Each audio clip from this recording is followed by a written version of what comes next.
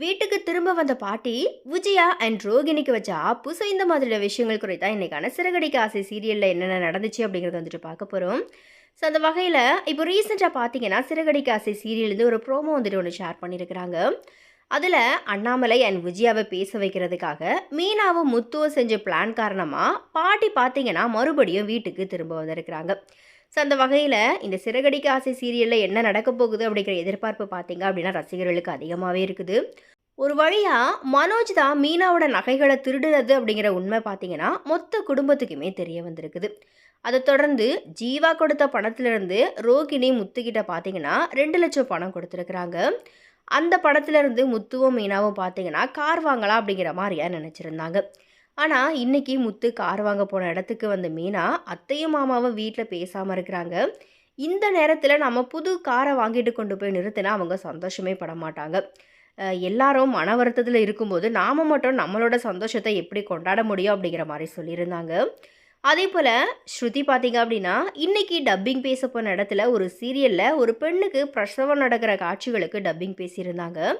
அப்போது அந்த பெண் பட்ட பிரச்சனைகளை வேதனைகளை பார்த்து பயந்து போயிருக்கிறாங்க. இது ஒரு பக்கம் இருந்தாலும் அண்ணாமலை அண்டு விஜயாவை பேச வைக்கிறதுக்காக முத்து பார்த்தீங்கன்னா ஒரு பிளான் பண்ணியிருக்கிறாரு. அதாவது தன்னோட பாட்டியை மறுபடியும் வீட்டுக்கு வர வச்சிருக்கிறாரு. வீட்டில் நடந்த மொத்த கதையை சொல்லி தான் கண்டிப்பாக பாட்டியை கூட்டிகிட்டு வந்திருப்பாரு. வீட்டுக்கு பாட்டி வந்ததுமே அதை பார்த்த விஜயா, என்ன அத்தை மறுபடியும் வந்துட்டீங்க அப்படிங்கிற மாதிரி கேட்க, நான் என் புள்ள வீட்டுக்கு வரக்கூடாதா அப்படிங்கிற மாதிரியா வந்ததுமே பார்த்தீங்கன்னா விஜயாவுக்கு வந்துட்டு பாட்டி அதிர்ச்சி கொடுக்குறாங்க.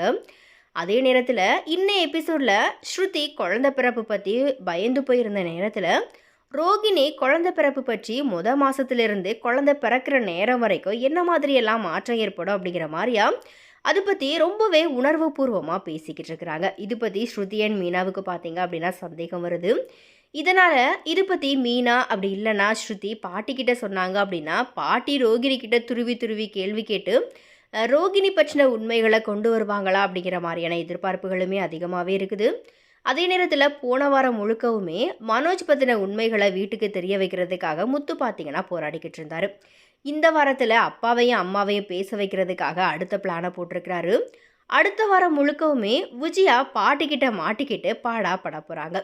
இந்த மாதிரியான ஒரு சில விஷயங்களை பார்த்தீங்க அப்படின்னா கண்டிப்பாக இந்த சீரியல் தொடர்ந்து பார்த்துட்டு வர ஆடியன்ஸே வந்துட்டு கணிச்சிட்டாங்க. ஸோ எனிவே இதில் என்னென்னலாம் நடக்க போகுது அப்படிங்கிறத நம்ம வெயிட் பண்ணி பார்க்கலாம். அண்ட் அதே போல் ரோகிணி மட்டும் பார்த்தீங்க அப்படின்னா எல்லா விஷயத்துலையுமே மாட்டாமல் எஸ்கேப் ஆகி வந்துக்கிட்டே இருக்கிறாங்க.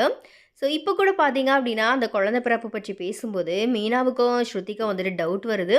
பட் எவ்வளோ பெரிய சிக்கல்ல இருந்தே பார்த்தீங்க அப்படின்னா ரோகிணி வந்துட்டு ரொம்பவே ஈஸியாக வந்துட்டு எஸ்கேப் ஆகிட்டே இருக்கிறாங்க. ஸோ அதனால் இதுலேயுமே டவுட் ஆகி அவங்க கேட்டாங்க அப்படின்னா கூட இதெல்லாமே அவங்களுக்கு தூசு மாதிரி அப்படியே தட்டி விட்டுட்டு போயிட்டே இருப்பாங்க.